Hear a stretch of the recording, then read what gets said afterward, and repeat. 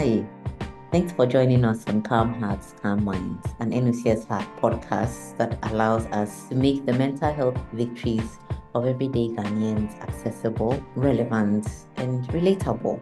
We hope that you enjoy listening to us and learning lots, and we hope you do come back again to learn some more. Now, today's episode. Hi everyone, welcome to Calm Hearts, Calm Minds. I am your host, Ofosiade Ama, and we have the lovely Sianuki with us today. And we are going to talk about resilience.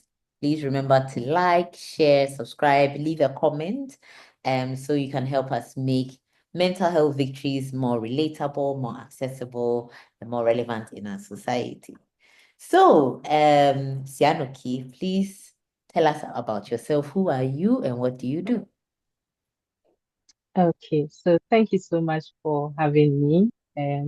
My name is Gloria Sianoki Udwe. That's my full name. I'm a clinical psychologist practicing since 2013. I've started since 2013 because that's when I was really introduced to, practical mental health. I studied psychology in school, undergrad level.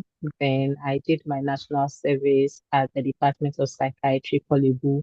Mm. And that was when I, I worked with Professor Uferiata, Professor Matekoli, the late Professor Sefadidi. They were the people I was working directly under.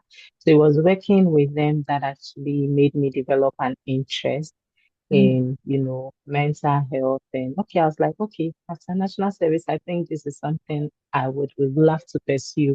Because prior to then, if I'm to be very honest with you, I didn't know what I wanted to do after my first degree. I was one of the people asking myself, okay, after first degree, what's next? I didn't really have a vision in terms of that. Yeah. So it was like at that point, that was when I realized that this is what I want to do. I was, finding the passion for it. So right after national service, I decided to go back to school to pursue it. So I did my MPhil in clinical psychology.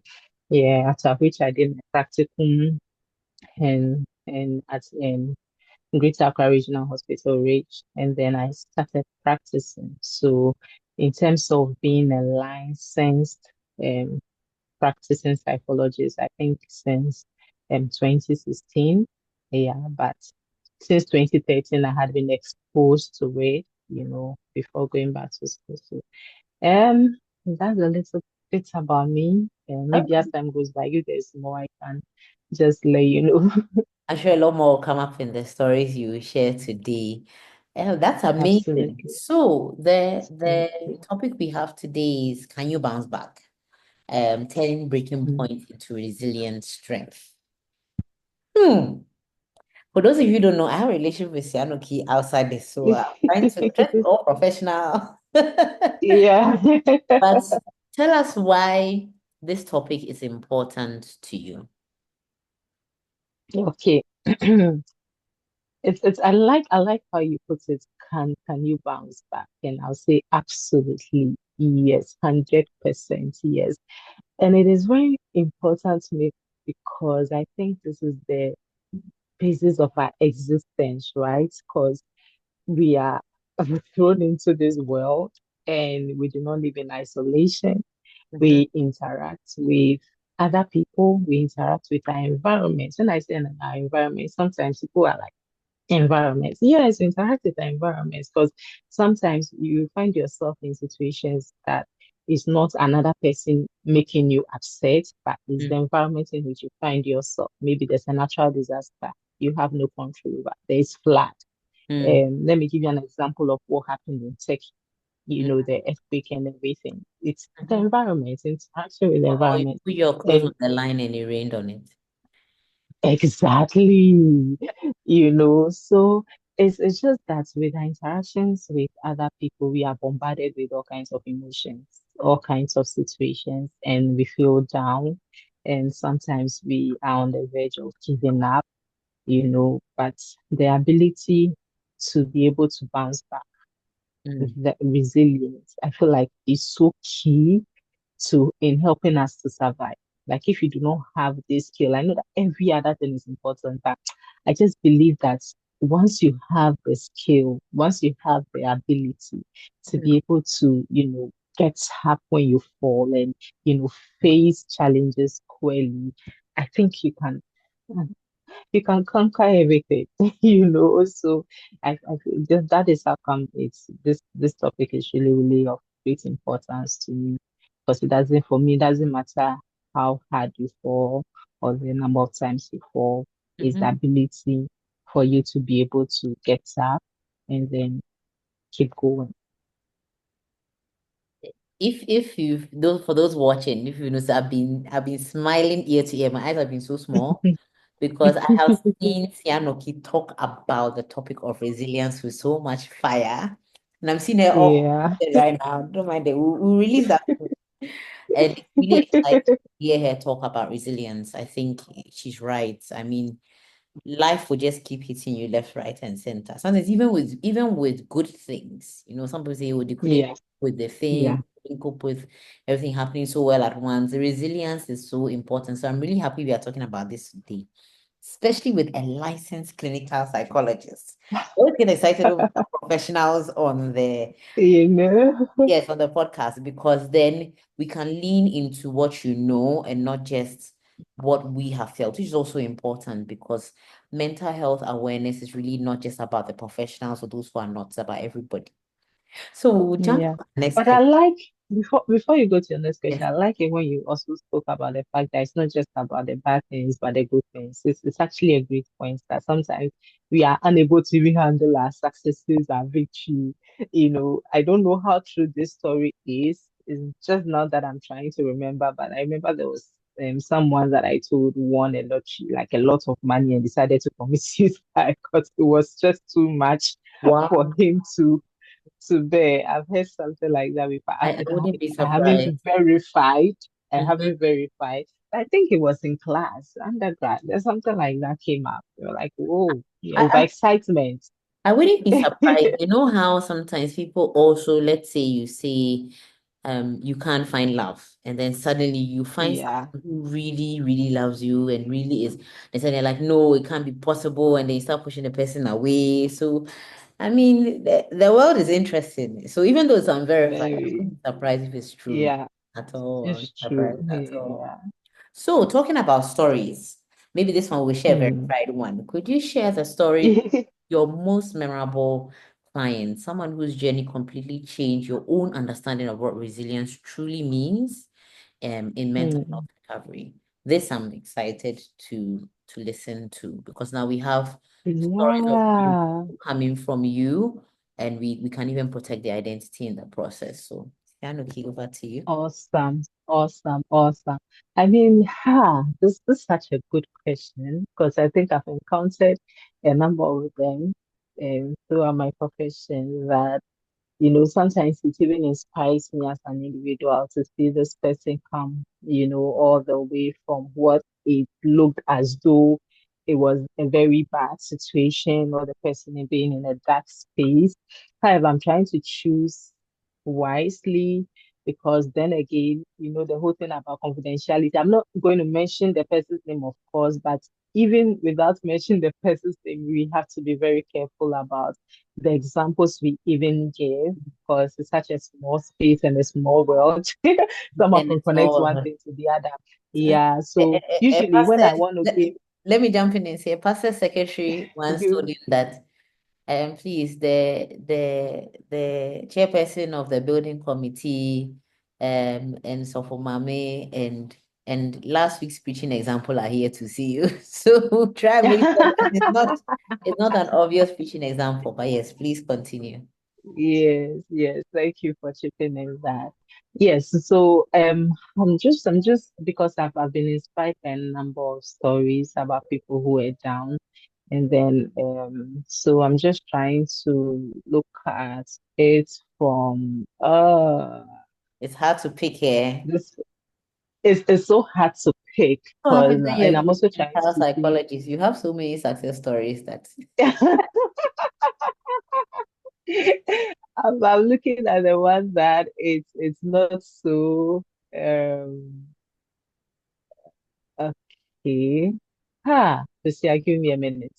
No, a minute is a lot. So let's look at a situation of, let's say, someone who was in a very, very bad marriage, in an abusive relationship, abusive marriage. And, sometimes if you are out there, if you are on the outside and or like an outsider, Mhm. it looks very easy for you to say that. I mean, you're in an abusive relationship. This person doesn't respect you. This person doesn't regard you. This person is not treating you well. Just go. It's so easy for you to say when you don't find yourself in that situation. It's so easy for us to conclude.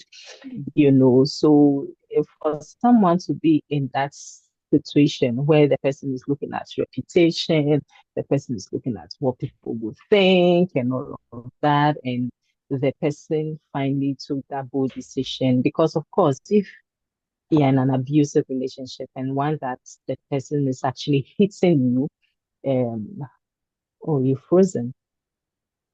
Oh, can you hear me? Sorry, I thought you were frozen. No, actually, my internet was a bit unstable, so don't worry about it. You continue. This could even be left in the recording. It shows that we are human and we have internet challenges. I so agree with you that when you are not in a situation, it's easy for you to say, "Oh, just go." You're having a hard time Yeah. at work. Oh, just Mm, leave. You're having a bad marriage. Oh, just leave. It's easy when you are not the one going through it, or even worse if you haven't been through it before. So, I yeah. sometimes Yeah. it's even worse when you've been through it before and you're assuming that your circumstance is the same as the circumstance that the person is in. So tell us more. What happened after that? How did this woman show resilience that now inspires you? Yeah, yeah. I mean, after a couple of times, that's why sometimes you also have to be prepared. You have to prepare your mind and all of that, not just work out because everybody's saying work out, You just want to you have the right state of mind, make sure that you are well equipped, make sure that you have like that support, I keep talking about social support is very, very crucial in dealing with the struggles of life. So, we're able to put things in place through therapy, bit by bit, gradual process. I mean, the decision was for her. It's not for anybody at all to do. I am just here to guide her. I am just here sometimes as an outlet for her to be able to bring out whatever she wants to bring out. I'm here for like a safe space, not being judgmental about anything at all. And then, yeah, so being able to, successfully come out and thrive, you know. Um, I let me, and for the records, I don't support divorce. I am not for it and all of that. But then if you're in an abusive relationship that you know that one day can actually take your life, you don't know what might happen. Sometimes again, the decision is for the person, but the important thing is helping the person go through the challenge, thrive, whatever decision the person takes, and helping the person to thrive, and then, live a fulfilling life. That's the most important thing. Yeah. So as I said, this was it was really coming out of it and thriving and finding yourself and being happier and all of that was really nice. Yeah. Amongst other stories, I guess this one that I believe I can share. Yeah, Yeah. it's amazing, I think we all either have read about an abusive relationship or know someone person. I personally have known a few people. So you saying that they were able to come out of it and thrive after that is amazing. Yeah. Let me ask you a question though. When it comes to her Hmm. resilience, which parts do you feel inspired you more? The time where she was in the relationship and it was hard, or the time she had been able to come out of the relationship and was now finding herself again and living a better life? And I agree with you, I'm also not one for divorce. Yeah. But I think we are celebrating resilience today and not divorce. So Exactly. of Exactly. the two, which one do you think probably inspired you the most? The ability to finally be able to open and talk about it. Oh, wow. Yeah, because it's not an easy thing to do.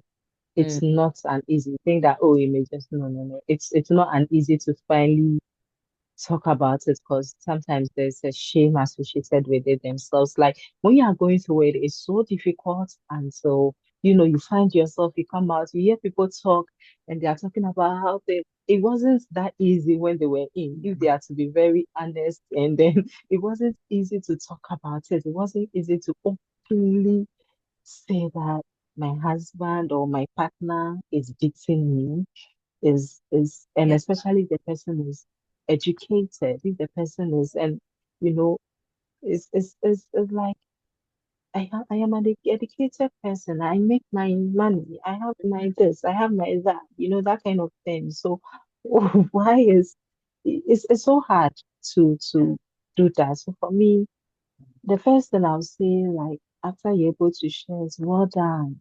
And even keep Finally, coming you've back. done that. Not only just Yeah. share and vanish, but keep coming back and keep Yeah, you. yeah, Wow. yeah. Of all the Well, answers, I well didn't done. think it And would and be. that happens That happens when. sorry, when the person also feels safe in the space you create for the person.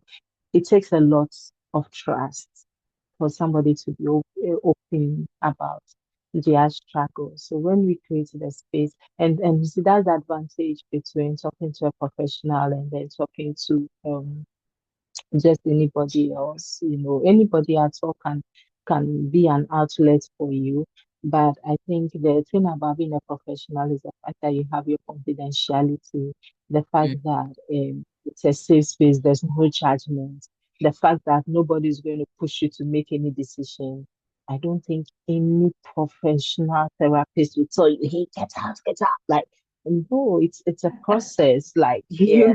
you just don't sit and say get out. Like you guide the person. At the end of the day, the person make their own decision. You are not the one who is responsible for them to tell them that. I think it's time you should pack your things and go. No, no, no, no. It's a gradual process. As the person communicates it, as the person brings it out, it sort of becomes like an eye opener for them to know that Mm, okay, this is really is happening. Sometimes we don't really know what we're going through until we start talking about it. mm. Until we start, they're like, okay, so the picture starts, everything starts becoming clearer in your eyes, and then at the end of the day, you take your own decision. Yeah. Wow, wow. That makes me realize that a lot of the professionals in this space are actually resilient because being able to wait patiently for them to come to their own conclusion and also not even be Mm, drawn in. You know how you get a friend and they are complaining, then you also start complaining too. I mean, a professional, they have to be exactly. drawn in as well. They are trained to learn how to manage that. That's a lot of resilience right there. Thank you so much for Yeah. this story. And we'll move to the next question. Um, Mm. as a clinical psychologist, what has surprised you the most about how resilience shows up differently in your teenage clients versus your adult clients, and what can each group learn from each other?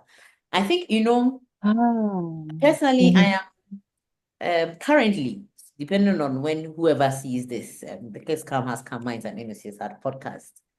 Um, Currently I'm in one of those spaces where I'm tired of this Gen Z, millennial, Gen Alpha conversation. I'm like, we are human beings, but maybe we change in the future. But we cannot turn a blind eye to the difference that we see in the generations, the difference that we see from older versus younger versus teenage. Um, um, please tell us what is how does it show up differently? And what do you think each group, I mean, let's maybe just limit it to teenagers and adults.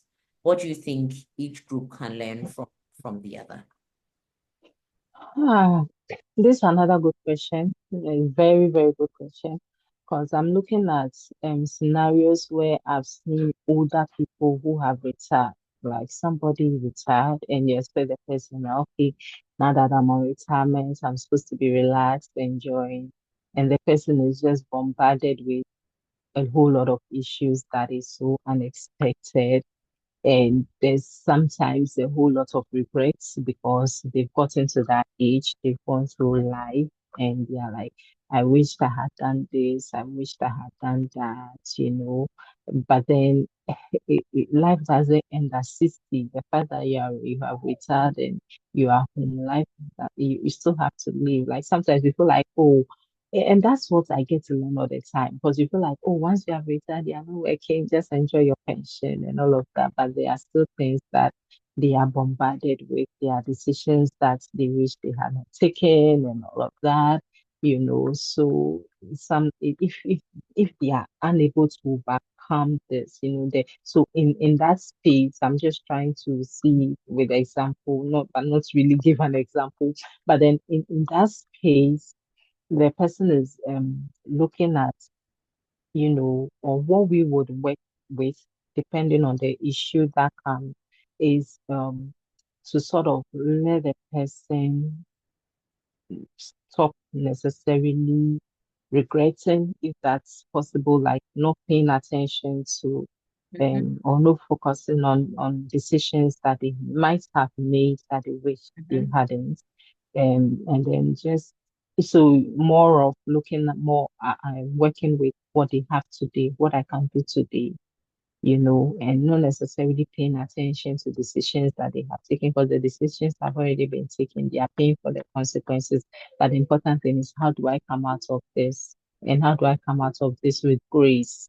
You know, yeah. Mm. So that is one example I can give. With the younger ones, is more of like sometimes what I'll say is that just as the older people will say that, oh, given the opportunity, I'd have done this, given the opportunity, I'd have done that. I think the younger people might not be listening enough. I don't know if that makes sense. And and they end up making similar mistakes. But I guess that is how life is, you know, Mm. because some people may learn, they may learn from other people's experiences and make different Mm-hmm. decisions. But then, you know, you have other young people who are also now coming and they also want to have their own experiences and make their Mm. own mistakes and all of that. So it all depends on the kind of issues they are bombarded with. Like as I said, the older people may more be they may be likely to be thinking more about decisions that they've made and that they wish they had not done.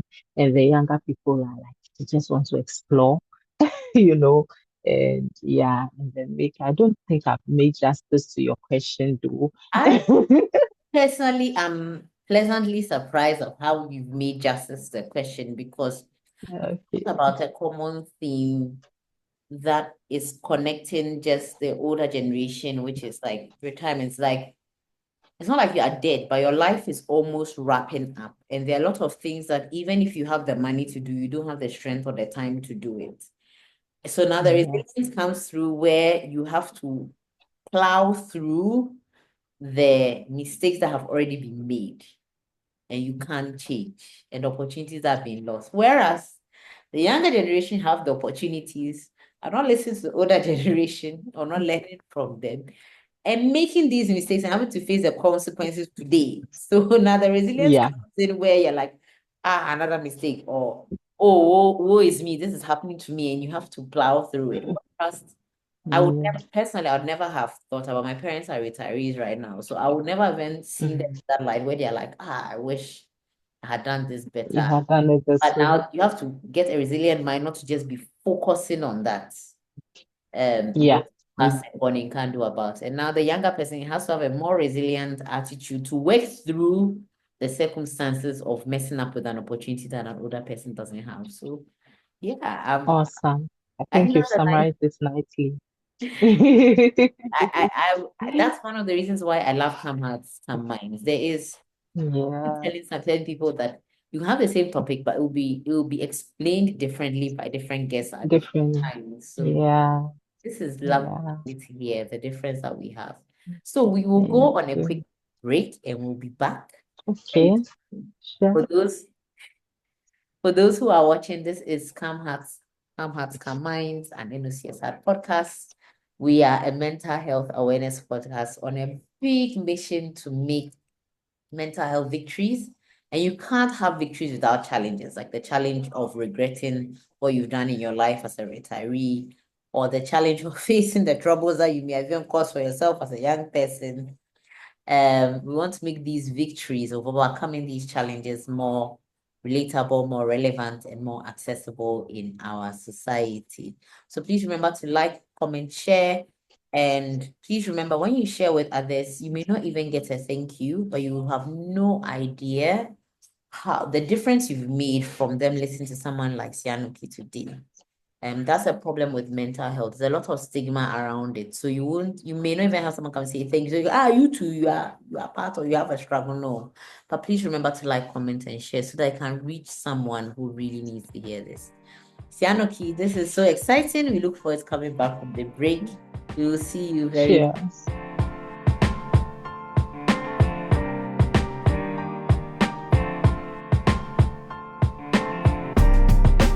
Hi everyone, welcome back from the break.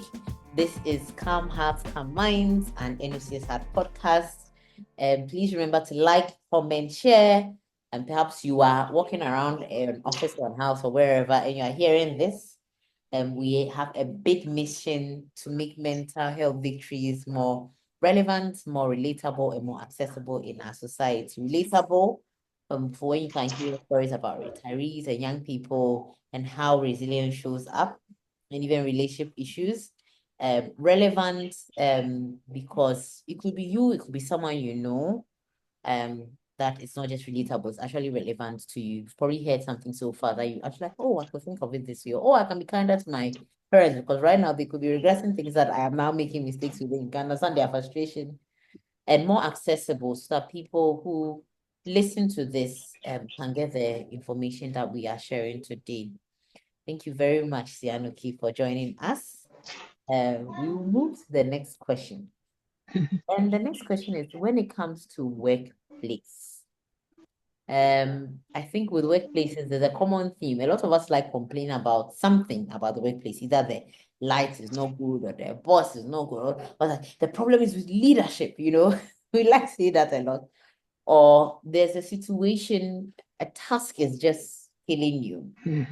When it comes to workplace resilience, tell us what are some of the practical tools you've seen professionals use successfully to navigate toxic environments whilst protecting their well-being, or just navigating. It may not even be a toxic environment, it's just hard, like the work is just hard, and they can't do anything about it but go and show up at work. What are some of the practical tools you've seen professionals use to become more resilient in these places? Yeah, I mean, it can be very overwhelming. As I said from the beginning, yeah, sometimes we are bombarded with all kinds of emotions and stuff, as a result of just interacting with other people. Imagine if you have to work alone by yourself, there's nobody, and maybe the fight is with you.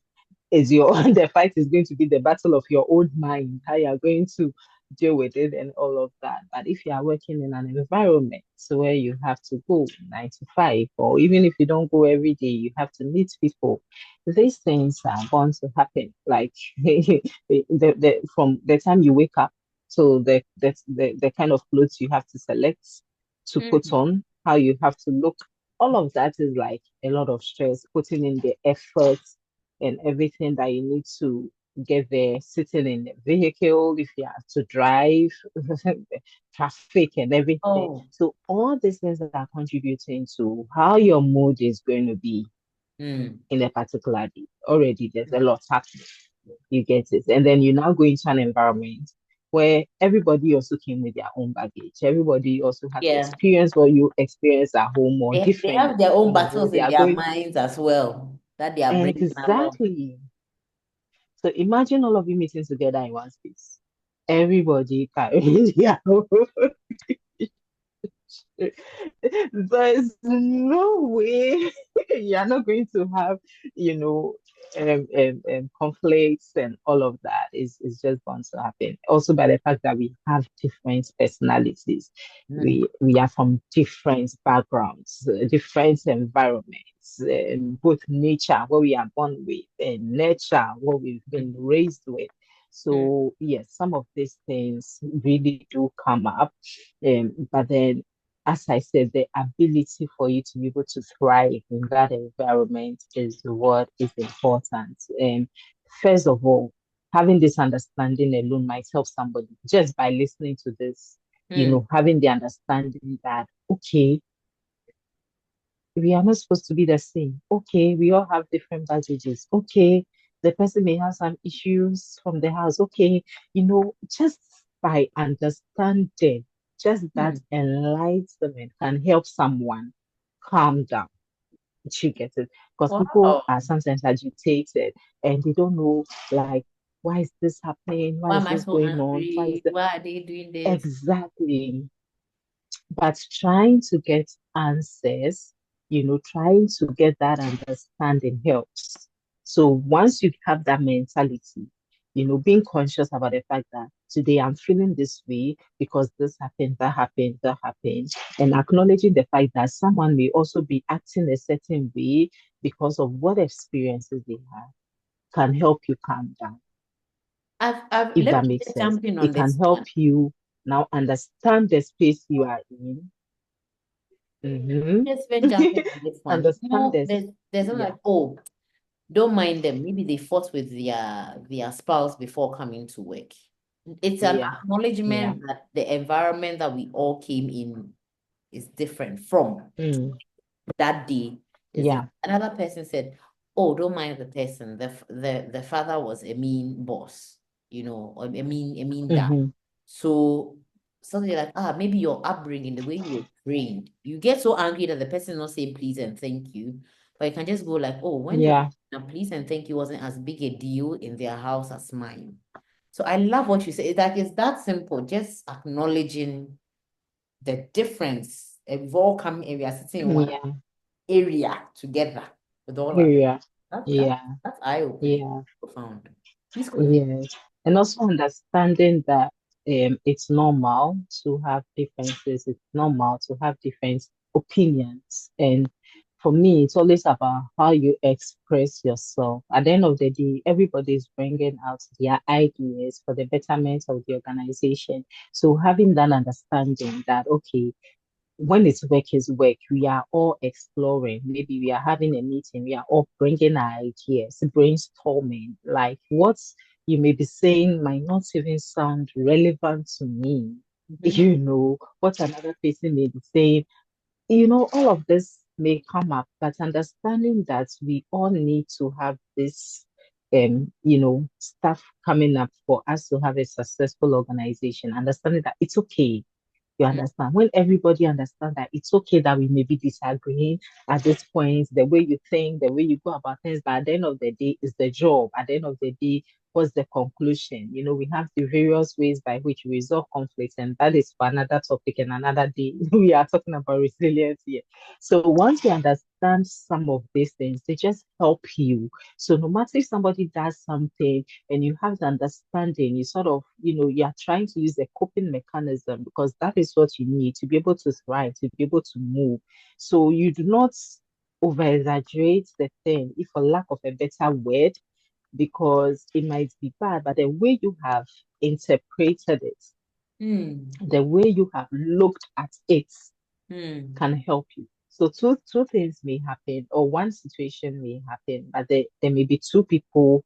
The way one person reacts to it, the way one person interprets the situation, and then the way the other person also interprets the situation can make the difference. You get it? So when somebody does not have that understanding that this is okay, this happens, this is Yeah. all of this happen in a given space, the person might be left in a very not so happy state and an anxious state and a depressed state as compared to somebody who understands that, okay, like this is how it is. This is this is what happens Mm, by understanding the kind of people you are working with. So I believe understanding mm, like something like this helps. Also having like a good support system, having a place where you can actually let things out, because some of the things, if you are working with the same people in the environment, it's not wise to let it out to those same people. It might not work.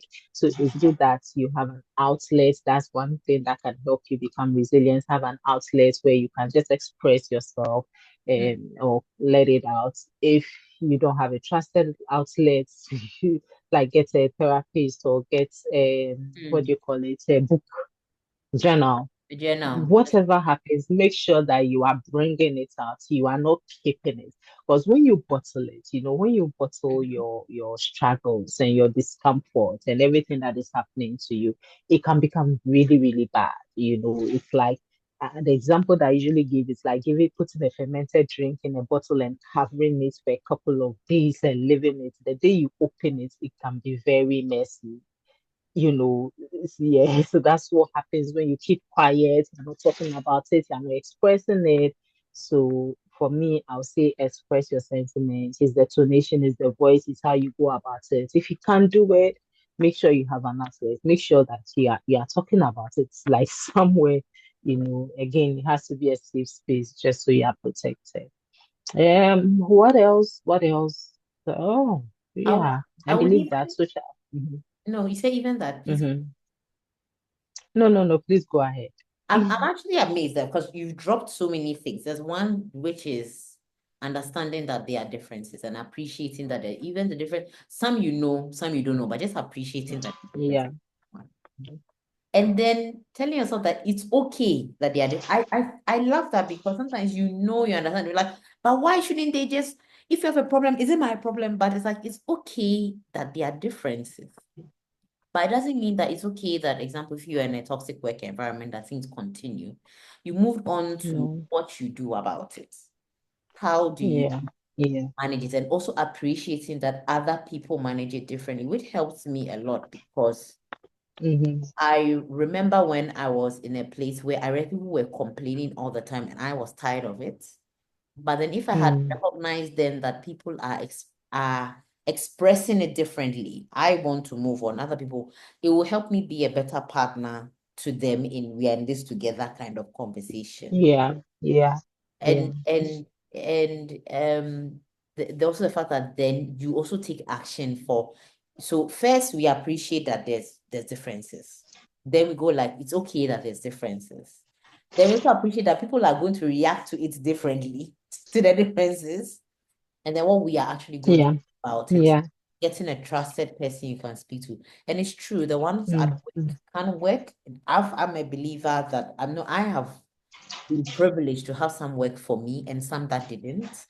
And Mm-hmm. having a therapist or a trusted counselor outside work can also really help as well. That is a lot. If you are listening to this and you're working, then I can so speak to the resilience, to the But situation. let me say that. Mm, Let me say that, like sometimes to if after doing all of this, understanding all of it, sometimes there are certain environments that you may just not thrive. Sometimes you just have to move on.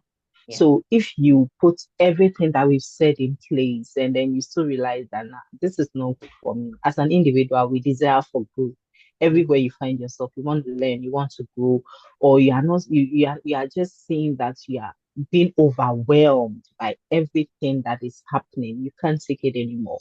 Don't be scared to take that bold decision of okay, then there could be other places that you can thrive in. yeah. So after you've done everything that we said right now, and you feel like nah, it's at that space because your mental health is very, very important. I've been saying there's a collaborative, that's not the word, relationship between our mental health and physical health. Mm, It affects the other.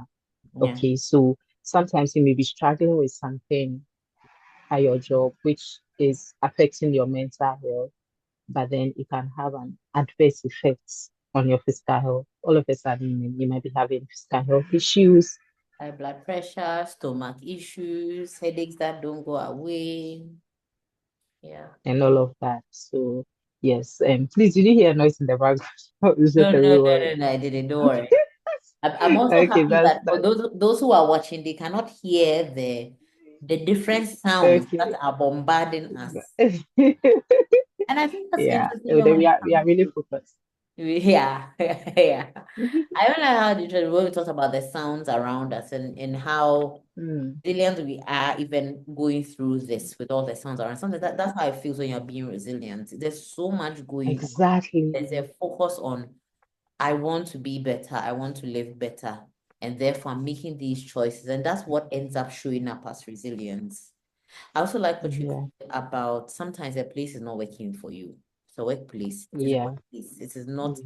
even if it were your family, you could relocate to another town for a while and still call them their phone call. So it's a workplace. If after all these things is not working, the tools that Sianuki has given us today can help you whilst you remain Mm, till you, yeah, yeah, but it doesn't mean that you have to remain forever. If it's and it takes me back to yeah, the first example with the woman who was in the abusive relationship. I'm sure there was something she was yeah, doing before even she got to the decision where she said, okay, this is enough. And yeah. had missed the first part. Neither of us are supportive of divorce. This is really about resilience Mhm. that we want to highlight. So I love that you open the door because some people are like, hey, you have to do all these things and still be strong. But then Yeah, it means that yeah, it's the time to move on to something else. So really, really love yeah, this. And yeah, I work and you work as well. So it's really nice to have yeah. these to us That our conversation. workplace. Yeah. Now let's move from workers to culture and belief and family. Mm. This one, we want an example. Someone, let me say, we talk about the tools, but an example of, and maybe in that it will speak to some of us. Some of us have very, very strong, like in this house, we don't do this. Or as Yeah. this tribe, we don't do this. And it Mm. really, really had an impact on what the person was going through. Or maybe the example, as Christians, we honor our mothers and fathers. We don't, how do you have an example of someone you know? It may not even be a patient, but someone you know who was able to navigate these situations with resilience? How did the resilience show up? In a way that it didn't also dishonor their cultural, religious, or family beliefs. As I said, some family beliefs just show up. In this house, we don't do this. But the situation was really burdensome. Do you have an example that you can share with us that will inspire some of us who may be facing something of the sort? I'll still give the example that I used the first one. That's also because I have the permission to do that. So just I'll look at it. I mean, religion, culture is very big when it comes to our lives. We are born into a society. We are born into an environment. I mentioned nature and nature at a point. We are who we are based on the environment we grew up in, based on the experiences that we find ourselves in. We cannot rule that out. If you had been born in a different country, in a different environment, brought up in a certain way, you probably would have ended up different, doing something different or becoming someone different, based on how you've been raised. It's very, very crucial. We cannot rule that out. And I see that sometimes as a double-edged sword. Mhm. It can make or unmake you. Mm. Religion. I remember my clients who one of the example I give, for instance, who went to church and then was talking to them like, you have to be strong, you have to stay late, like, sort of being there. So she feels that the church wasn't helping at that point. Sometimes the church will tell you to pray your problems away, pray your issues away. and all of that. So there's that conflicting thing there. There's that conflicting that I'm a Christian, I'm a person of faith. I shouldn't have any problem, I shouldn't be in this position to Mm-hmm. get help. It's so when the person needs the help, they are so reluctant because sometimes they are worried about what people will say. Oh, that I am this Uchashios brother, or I am even a reverend minister. I Mm-hmm. was once listening to a sermon by Joyce Meyer, and I laughed so much that she was even talking about the fact that, like, there was a time that she had to seek help and be put on some medications, I think an Mm-hmm. antidepressant or so. And she was telling them that it's okay, it's okay to seek help when you need it. Pray and get the help that you need, because sometimes just by the fact that we have faith and all of that, we are limited. We sort of limit ourselves into getting the needed help. We want to do things the way we think it is right. But I just want to say that it's okay to seek help, just like the way we take care of physical health. When you have some malaria or you have some Mm-hmm. headache, you go to the hospital to get some medication. You do that, right? Like when Mm-hmm. you are sick, you're feeling physical illnesses, we go to the hospital to get medication. So what is wrong with getting mental health? What is wrong with, talking to someone, be someone that can actually help you navigate through your struggle? There's really nothing wrong with it. It's because of the stigma. People don't look at it from that angle or from that perspective that, okay, if I have diarrhea, I can take medication. So why not take, Yeah. Take and help when some you and have it. all medications, yeah, all medications do have side effects, like whether physical health or mental health, and some of the distance sorry, some of the side effects of any medications may not be pleasant, to be honest. Yeah. So I'm just saying that these are some of the limitations that we have, or sometimes, as you said, in this tribe we do not do this. In this, culture, I believe that we are learning every day. We are learning to take care of ourselves and be there for each other. I look at these younger generations, and I believe that I think we are doing something right in terms of when I look at young couples, Mm-hmm. right now it's not just a woman doing everything. And Mm-hmm. I don't want to appear feminist because right now by the time you realize they're taking you as, but I have seen people work together. I've seen the collaborative effort. You go to the clinic, if the man can, it's not for everybody, but sometimes if the partners can you see them going to the hospital together, Yeah. especially like in terms of pregnancy, they are involved, they are excited about the scans and all of that. That is if the person is available. I know that sometimes, depending on the kind of spouse you have, they may be at work and they may not have the luxury of time. But those who have the time, or like, people do consult in the evenings as well these days, unlike, formerly you go and form a long queue from morning to evening. But if you are in a private hospital, sometimes they consult in the evening. So the partner has the time to close from work and join their partner, to go and do all of that. So I believe we are breaking away from the strict Mm-hmm. culture, um, um, dynamics. Mm-hmm.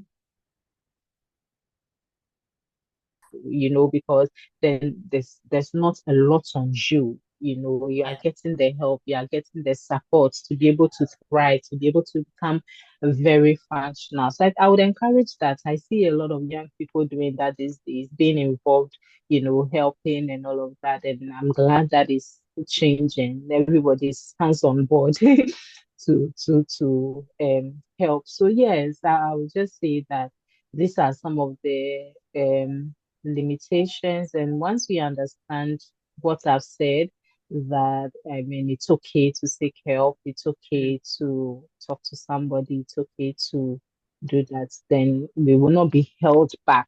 We will not wait till it's too late. Yeah. Yeah. That things Yeah. are now out of control and out of hand, and it becomes, some way and all of that. And remember that Mm-hmm. whoever you are, it's not just you, it's about the people around you. When you're not Yeah. happy, when you're not thriving. Everybody around you might feel that energy. Mm. So depending on who you have around you, if you have a family, your husband, your children, like all of them, they feel that. If you are not yet like your friends everywhere, it's very, very important that you take care of yourself so that it does not impact other people negatively as well. I like what you said. I mean, the two main themes are actually asking for help and then relying on the support system Mm, that we have. Um, yeah. the person you spoke about earlier was able to ask for help from you and be able to get Yeah. through it. A lot of working mothers now don't have to carry the full bed. I mean, right now as we speak, I mean, full disclaimer, Mm, screaming out loud, but I am able to sit down and have this recording because I have my husband around, I have family around who can yeah. out Yeah. after we finish this. I can also check what is going on. So it's amazing to see this actually Absolutely. happening, that we can ask for Mm, help and then we can also rely on yeah. support systems that we have as we navigate some of the cultural things. I mean, the other lady, it was church, it was a belief that everything should be okay. You should just pray through when the other things are needed to be done. For me, it's the Yeah. fact that I have a recording to do and I have a crying child, but then I have family True. around to help me at this time. So I really, really love what you said. We'll go to our next question. As a professional, being exposed to like really knowing that like you have someone come up and you know that this person has been clinically diagnosed as depressed or has anxiety Mm, or is has living with bipolar. When it comes to building resilience, and this is for those who are living with mental health illnesses, what are some of the tools that you have seen shown up in these different illnesses? Maybe you can pick these three. You can add a few if you want to add some. At least we know from a previous episode that depression is the common code of mental health illnesses. It's so common. yeah. But we have anxiety, we have bipolar, OCD as well. What are some of the things that you've realized is very helpful for people living with these mental health illnesses when it comes to building resilience so that they can just thrive in life? Mm. The first thing I'll say, and I'll forever say that first, first, first, everywhere I find myself, and I've hinted on it, social support, social support, social support, Mm, social support. It's so crucial. It's so crucial. The ability to have people around you who understand what you're going through, whatever struggles you are facing, not bottling it up. Sometimes we just feel that it's too much. If somebody hears about this, sometimes we are so worried about how embarrassing this thing is. If not, and it's not like you want to kill someone. Forgive me, I don't have a better way to express this. But sometimes there are things that happen to us that we mhm, don't even have control over.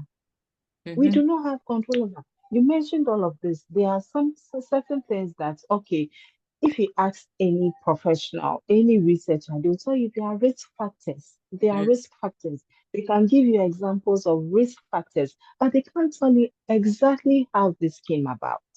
mm, They can't really give an sometimes you can just put two and two together. So that's how come, they ask you a lot of questions. They ask about your family background, your personal experience, all of that. It might not be one thing. Do you get it? And for some of the conditions, things that we do not have control over, they just come.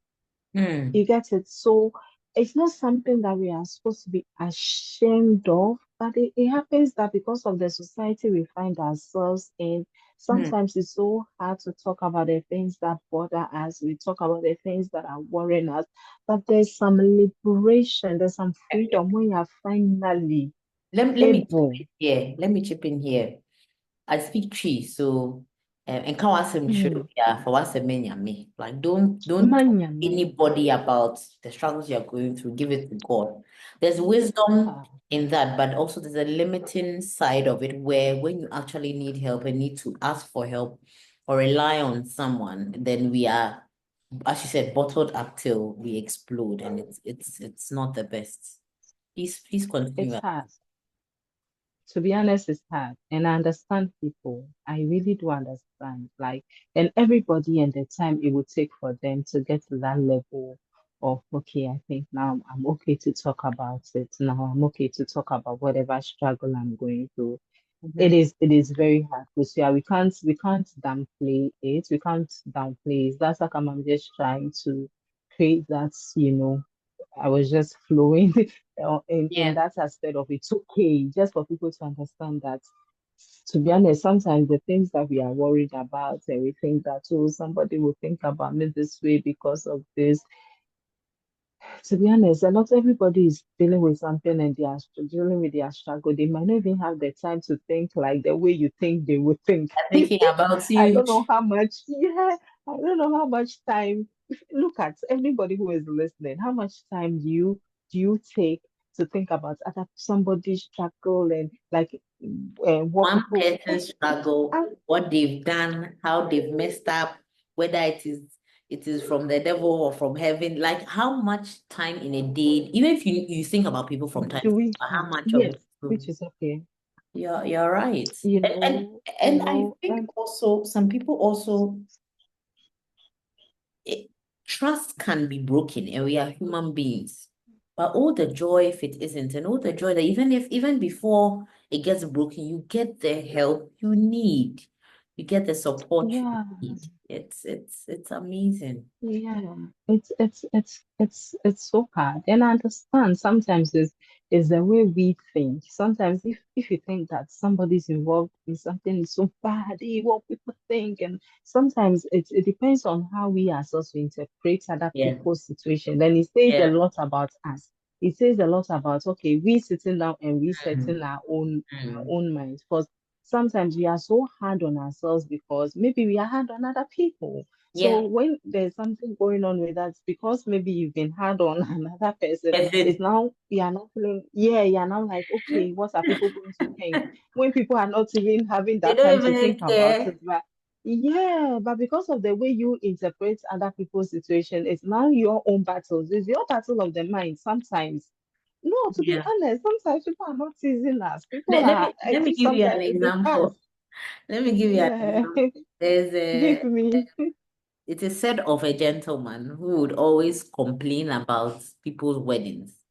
Because when Hmm. couldn't get bridesmaids, the food is not good. Tea. He got to the place where he had to get married and he couldn't get married because he had spent so much time complaining about other people's weddings that when he got to his, Yeah, and nobody really cared. Everybody was just happy for him to get married, and he was there just worried about the bridesmaids, I know, food. right? I really get you when you say that sometimes it is not Yeah, we think people will think. It's actually a reflection of what it, we think of what we and think. we are in that moment. And if we are very honest about that, we don't Exactly, even invest that much time in others. exactly, Wow. exactly. And it just Another brought back person. my whole memory as a child, when I spent the first 9 years of my life in a town called Sumania, my hometown, and then I came to Accra first time in 1999 thereabouts, and then I come and everything seems different. I'm now in a different environment. Everybody's speaking like either English or Twi as compared to my local language, Kobo. So everything was different for me. And then I felt so different amongst everybody. And I to a point that I decided to even drop my Sianokin to Akosia because I thought they will laugh at Wow. me.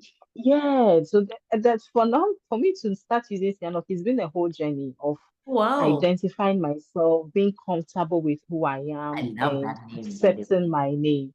Wait, And right, does it mean Akosia or Akosia was just easier to pick as a replacement? no, Akosia is not my name. Oh, No, it's I'm saying because that I'm not an Sianoki means Akran. Sunday born or No, you just put because random Akosia Akosia. is a Sunday born. I just because You know, I'm I used to be Sunday called born, Akosia. so I actually intentionally left it somewhere oh, I of see. my yes. Because I'm a Sunday born. I thought that Okay. because I was just writing my first and last name, and then people ask what's your middle name, then I go like Akosia. I don't say Sianofi. So when my BEC I registered for it, I actually took out Sianoki, and my father came to the school too. he was just checking on the schools and everything because my daddy is an education, is a teacher. Uh-huh. So he said like, why did you take out that name? This is like going to be your first certificate, and if you Mhm. take it out now, it means that all your other documents is going to have that. I didn't care. I also did the And same. then I changed my name. I was tired of Akosia. I grew up in Kumasi, so the too many. yeah, I put the Ofosia before the Akosia. And my father also did because yeah, everything, saying that you do this thing, certificate if you want to travel. Anyway. you know, so it was such an experience. So Mhm. growing up now, I realized that I used to say that, oh, they were teasing my. Now I think that no, it was my mind.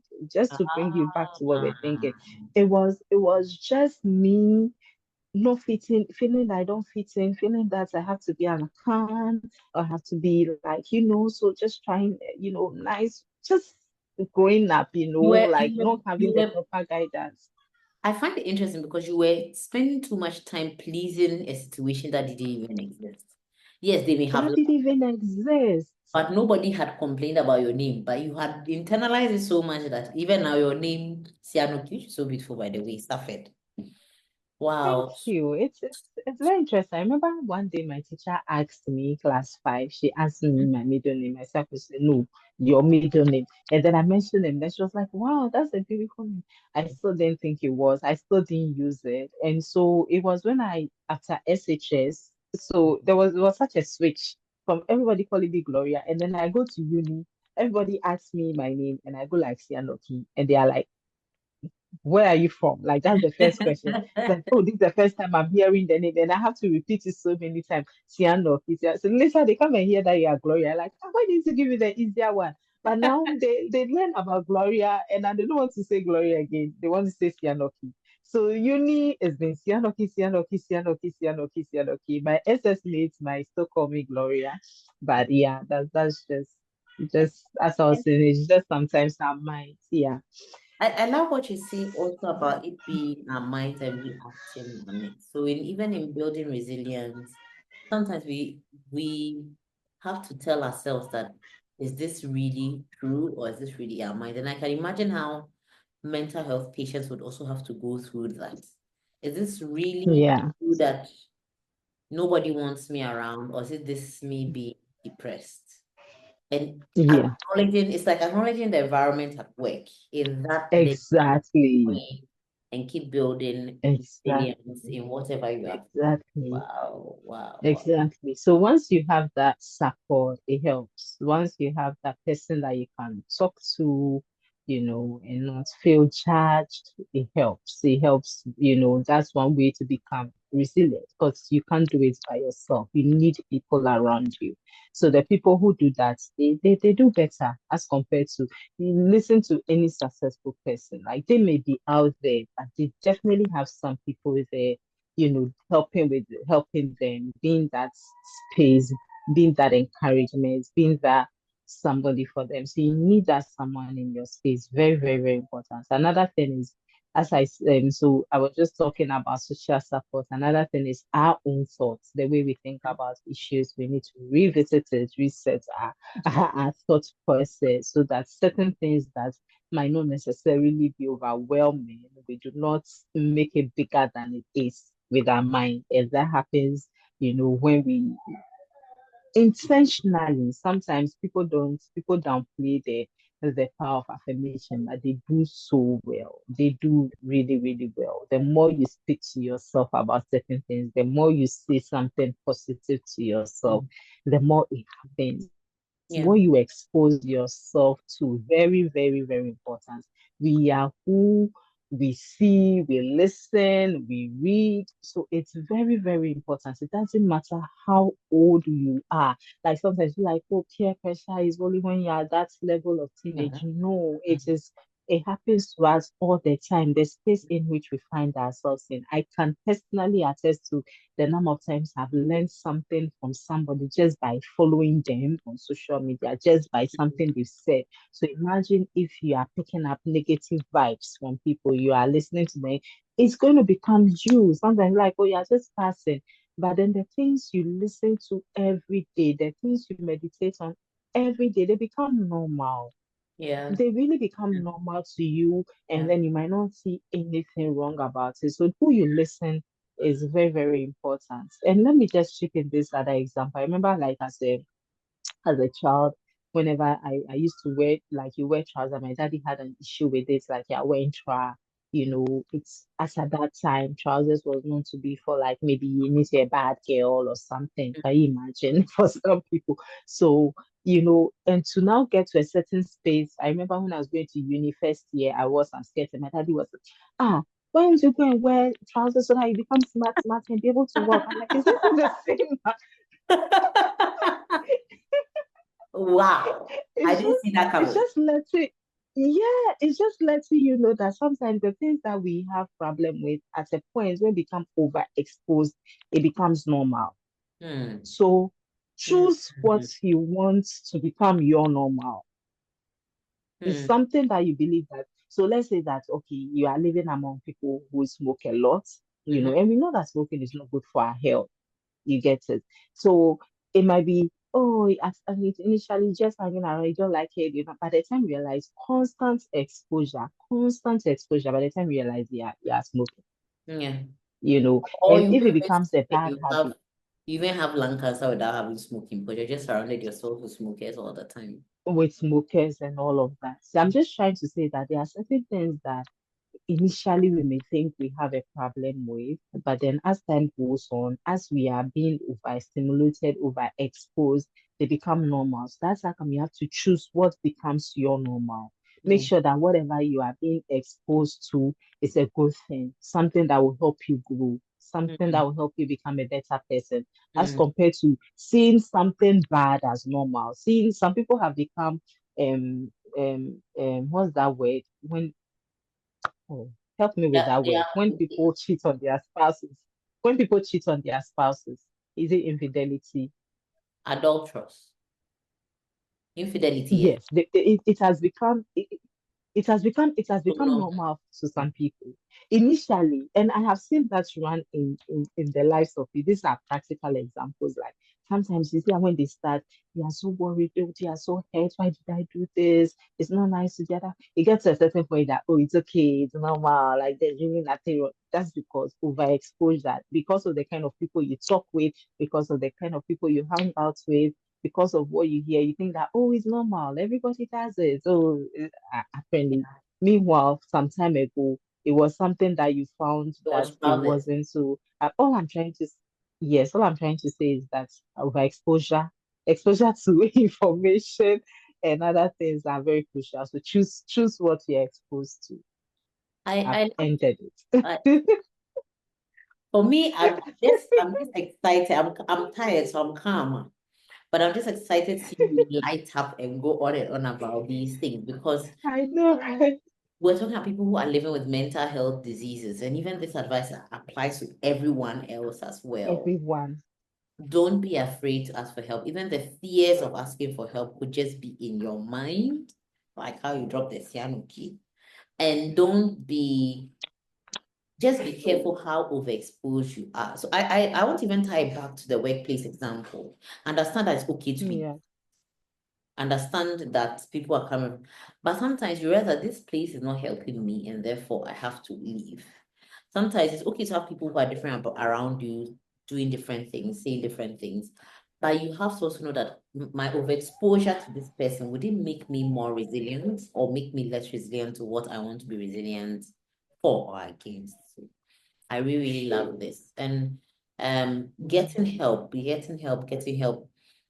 professional help, especially if you have a mental health condition, is because you're not just relying on the whims of others. For me, I'm not a professional. I'm just well read and exposed, but I could Mm. say something and it will not help you. But the professionals are Mm. trained, so being able to get help from them is what is helpful.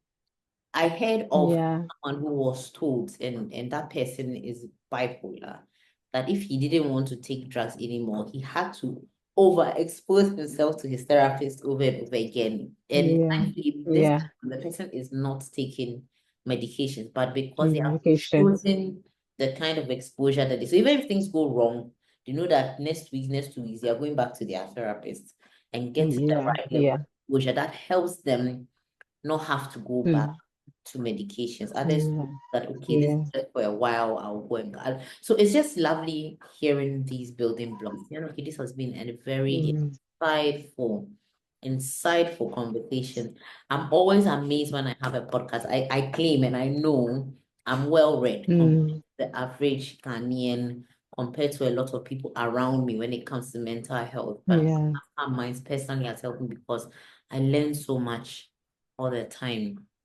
It helps us make mental health victories like these, getting help, building our resilience more relevant to us, more relatable and more accessible. Thank you so much. I'm on to my last question, which is my favorite question because it's easy for me to ask because I've asked it sometimes hard for my guests to answer because it's quite difficult. We have said a lot, so much. You can even remember some of the summary, so much.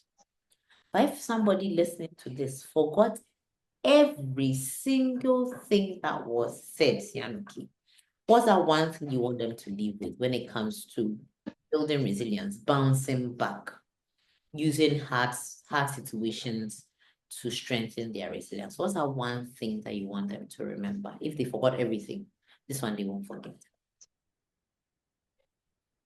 Every day, it's an opportunity to become better. Focus on the day you have, one day at a time.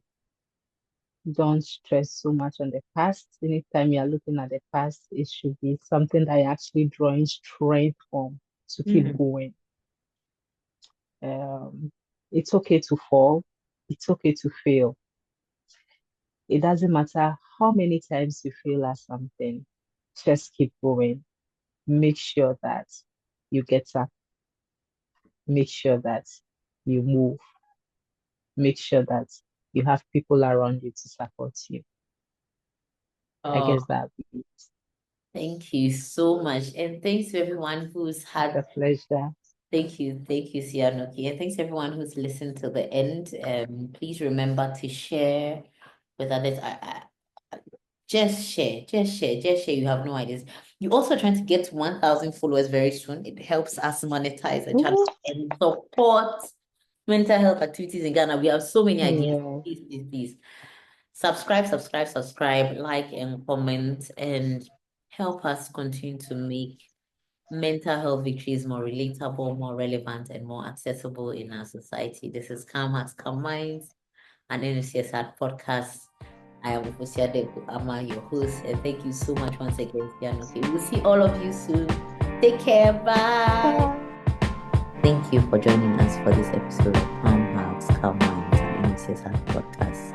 We hope you enjoyed it and we hope you learned something new.